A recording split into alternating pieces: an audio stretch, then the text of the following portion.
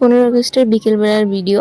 হঠাৎ করে দেখি সোনুর বাবা ফ্যান নিয়ে এসেছে রান্নাঘরের জন্য। তো প্রথমে তো আমি একটুও খুশি ছিলাম না, কারণ আমার রান্নাঘরে আগে মেন দরকার ছিল হচ্ছে পুটিং করা, কারণ ঘরটা পুটিং নেই বলে খুব অসুবিধা হয়। কিন্তু ও ফ্যান এনেছে, কারণ ও খেতে বসে ভীষণ ঘেমে যায়, একটুকু গরম সহ্য করতে পারে না, ঘেমে পুরো স্নান করে, এর জন্য নিয়ে এসেছে। আমি ভাবলাম তাহলে নতুন ফ্যানটাকেই এই ঘরে লাগিয়ে নিই, আর পুরোনোটা ওই ঘরে নিই। দেখো আমার সাদা ফ্যানটা কি নোংরা হয়ে আছে, আসলে আমি পরিষ্কার করার টাইমই পাচ্ছি না। ভাবছি একদম ভাদ্র মাসের শেষ দিয়ে পরিষ্কার করব। তো দেখো এই ঘরে নতুন ফ্যানটা লাগানো হয়ে গেছে মোটামুটি। আর এই দাদাটা হচ্ছে আমাদের বাড়ির পাশেই। আর দেখো পুরোনো ফ্যানটাও নোংরা হয়েছিল, আমি পরিষ্কার করে দিলাম। এখন হচ্ছে দাদাটা রান্নাঘরে লাগাচ্ছে। আর এত ব্যস্ত ছিলাম না ওই বাড়িতে যাওয়ার জন্য, এর জন্য আর ভিডিওটা মানে ভালো মতো করতে পারিনি। তো hello everyone, welcome back to my channel. তোমরা সবাই কেমন আছো? আশা করি তোমরা সবাই খুব ভালো আছো। তো আমরাও ভালো আছি। আমাদের আরও একটু নতুন ব্লগে তোমার অনেক অনেক স্বাগত, অনেক অনেক ভালোবাসা। আজকে হচ্ছে শুক্রবার, এখন বাজে সকাল 8টা, আর মনে হচ্ছে যেন দুপুর 12টা বাজে। আজকে ভীষণ রোদ্রই দেখো। তো স্নান টান হয়ে গেছে, এখন আসি রান্নাঘরে। ভাত হয়ে গেছে, ভাত বানিয়ে শুক্রবার, আর এখন একটাই কাজ, সেটা হচ্ছে দুধ, এটাকে ছানা বানাতে হবে। তো চলো দুধটা রেখেছে, আজকে ছানা বানাই আমি, দেখি কেমন হয়। তো চলো দেখতে থাকো আজকের ব্লগ। দুজনে মিলে রান্না করছি।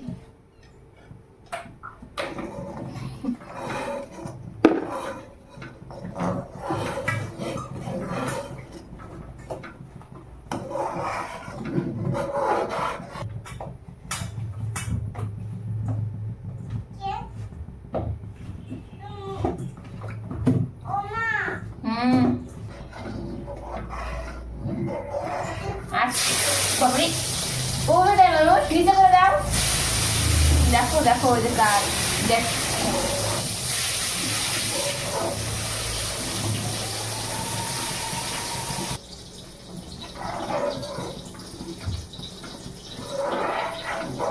এটা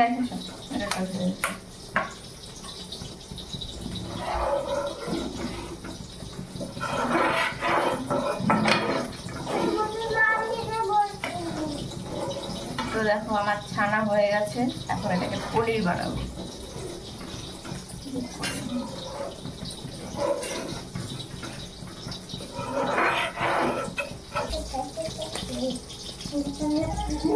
দেখো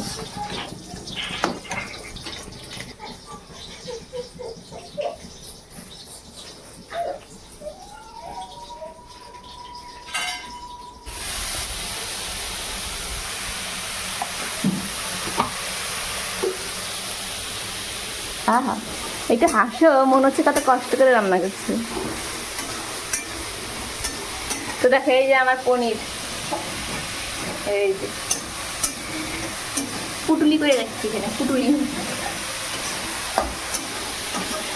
একটু দোকান থেকে ময়দা আনবা তখন, ঠিক আছে? রোদ্রের মধ্যে যাইতে ইচ্ছা করে না, কি রোদ্রু দেখো তো। আমি মনে হয় এমনি কালা, আরো মনে কালা হয়ে যাবো না? তুমি তো ফর্সা, তুমি রোদে গেলে কালা হবে না। তো দেখো আমাদের তো খাওয়া দাওয়া হয়ে গেছে, আর এখন সোনুর বাবা বেরিয়ে যাচ্ছে কাজে। আর আমি ভিডিও করছিলাম বলে প্রচণ্ড আমার উপর ক্ষেপে ছিল, বলছে তুমি আমাকে কেন ভিডিও করছো, তুমি আমাকে ভিডিও করবে না। আমি বললাম তো কী হয়েছে, তুমি টোটো চালাও বলে কি কোনো একদম জাত চলে যাচ্ছে? চুরি তো করতে যাচ্ছ না, সৎভাবে উপার্জন করাটা কোনো খারাপ না।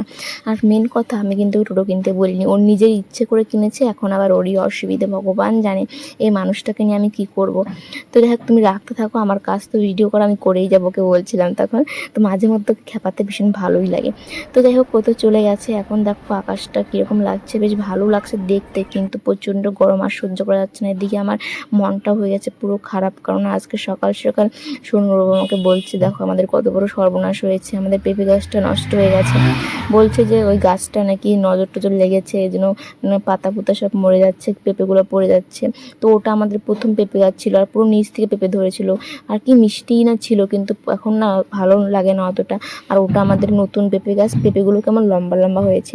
তো এদিকে দেখো সোনু বসে বসে রং করছে, উল্টা পাল্টা যা পারছে তাই করছে। তো আমি আবার এখন যাব হচ্ছে রান্নাঘরে। তো দেখো সকালের খাওয়া দাওয়া হয়ে গেছে, সোনুর বাবা তো কাজে চলে গেল, আর এখন বাজে হচ্ছে সকাল 9:30। তো এখন আমি রান্না করব হচ্ছে পনির। তার আগে এই যে পনিরটা বানাতে তো হবে, তাই না বলো? তো চলো দেখতে থাকো আমি আজকে কীভাবে পনিরটা বানাই। তো দেখো এই যে আমার পনিরটা, তো আমি হচ্ছে আগের দিন বেসন দিয়ে বানিয়েছিলাম, এই জন্য একটু বেসনের গন্ধ টাইপের ছিল। আজকে হচ্ছে আমি ময়দা দিয়ে বানাবো।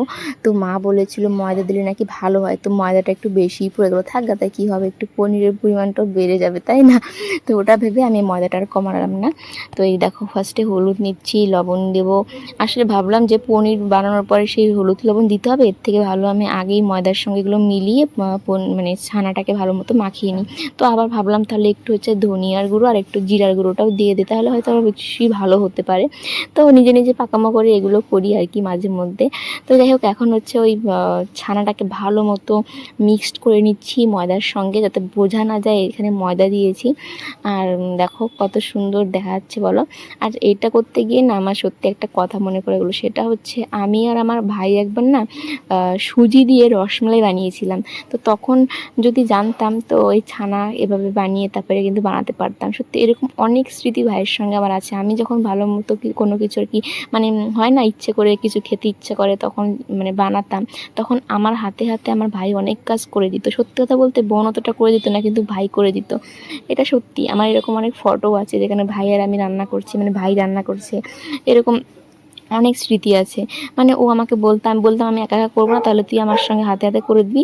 ও বলতো হ্যাঁ ঠিক আছে, তো দুজনে মিলে করতাম। তো সেই জিনিসগুলো না যখন ভালো মন্দ কিছু একটা বানাই তখন মনে পড়ে।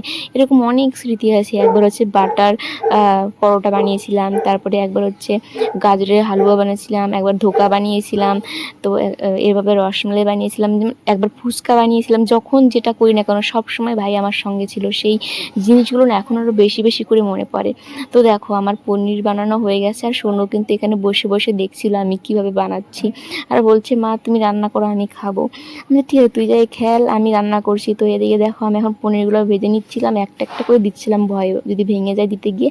তারপর দেখলাম একটা একটা করে দিতে গেলে আমার অনেক দেরি হয়ে যাবে, তো থালার ধরেই দিলাম, দেখলাম একটাও ভাঙেনি, বা ভালোই তো হয়েছে। সত্যি কথা বলতে দোকানের পনিরের থেকে এখন আমার হাতে বানানো পনিরটি আর কি খেতে ভালো লাগে। আর আজকে কিন্তু একটু হচ্ছে ছোটো ছোটো করে বানিয়েছিলাম, দেখে মনে হচ্ছে কিন্তু কত বড়, কিন্তু না ছোটো ছোটো করে বানিয়েছিলাম। জানো পনিরটা যখন ভেজেছিলাম ভেতরে কিন্তু খুব সুন্দর নরম হয়েছিল। ফার্স্টে যখন বানাচ্ছিলাম মনে হচ্ছিলো কেমন না কেমন, কিন্তু খাওয়ার সময় বুঝেছি ভালোই হয়েছে। তো আলু পটল দিয়ে বানালে না বেশি ভালো লাগে পনিরটা, কিন্তু আজকে দোকানে পটল পাইনি সোনুর বাবা, এর জন্য শুধু আলু দিয়েই বানিয়ে নিই আমি। আর খাওয়ার সময় মনে হয়েছিল পটলটা থাকলে বেশি ভালো লাগতো। তো রান্নাবান্না হয়ে গেছে, এখন আমি একটু ঘরটা মুছে নিচ্ছি, ওই ঘরও মুছেছি, এই ঘরটাও মুছে নিচ্ছি। তারপরে আবার হচ্ছে সোনুকে স্নান করাবো। দেখো সোনু ওদিকে খেলছে, আমি বলছি তুমি এখন একটু খেলো, তারপরে হচ্ছে তোমাকে স্নান করাবো, ঘরটা মুছি। আর ও যদি ঘরের মধ্যে ভিজা ঘরে আসে না, ও ঢাবাস ঢাবাস করে পড়বেই, ওকে যতই বলি না কেন ও দৌড়াবে আর ঢাবাস ঢাবাস করে পড়ে যাবে। এর জন্য ওকে আমি তখন ঘর থেকে বাইরে বেরিয়ে যেতে বলি, আর একটু বাইরের দিকে হাওয়া বাতাসও আসে, একটু খেলবে, তাহলে খিদেটাও ভালো মতো পাবে। তো এর জন্যই ওকে বলি তুমি বাইরে যাও। তো দেখো এখন স্নান করিয়ে দিচ্ছি, মেয়ে আমার কি খুশি, ও কিন্তু স্নানের সময় একদম কান্না করে না, ছোটোবেলা থেকে শীত হোক বা গরম হোক সবসময় শোনো স্নানের সময় খুব খুশি থাকে। আর সত্যি কথা বলতে স্নানের সময় বাচ্চা কাচ্চা কান্নাকাটি করলে খুব কিন্তু অসুবিধা হয়, কিন্তু সেই অসুবিধাটা আমার হয় না। ওকে সবাই স্নান করাতে পারবে, ওর কোনো অসুবিধা নেই স্নানের সময়, কিন্তু মাঝে মধ্যে খাওয়ার সময় ভীষণ দুষ্টুমি করে। তো দেখো সোনু দুষ্টুমিগুলো দেখো স্নানের সময় কীভাবে নাচ করছে। তো এরপর আবার সোনুকে স্নান টান করানো হয়ে গেলে ওকে ভাত খেতে দেবো। তারপরে দেখো ভাত খেতে দিয়েছি, এখন আমি একটু গীতাটা পড়ছি, শুধু এইটুকুনি টাইম আমার গীতাটা পড়ার জন্য। এরপরে আবার সোনুর খাওয়া হয়ে গেলে ওকে ঘুম পাড়াতে হবে, তারপরে আমার কিছু কাজকর্ম থাকে, তো সেগুলো করতে হয়। তো চলো আজকের ব্লগটা আর বড় করতে পারিনি, এই পর্যন্ত। যদি তোমাদের ভালো লাগে তাহলে অবশ্যই একটা লাইক করে দিও, আর চ্যানেলটি সাবস্ক্রাইব করে আমার পাশে থেকো। দেখা হবে আমার নতুন ব্লগে। সবাই ভালো থেকো, সুস্থ থেকো।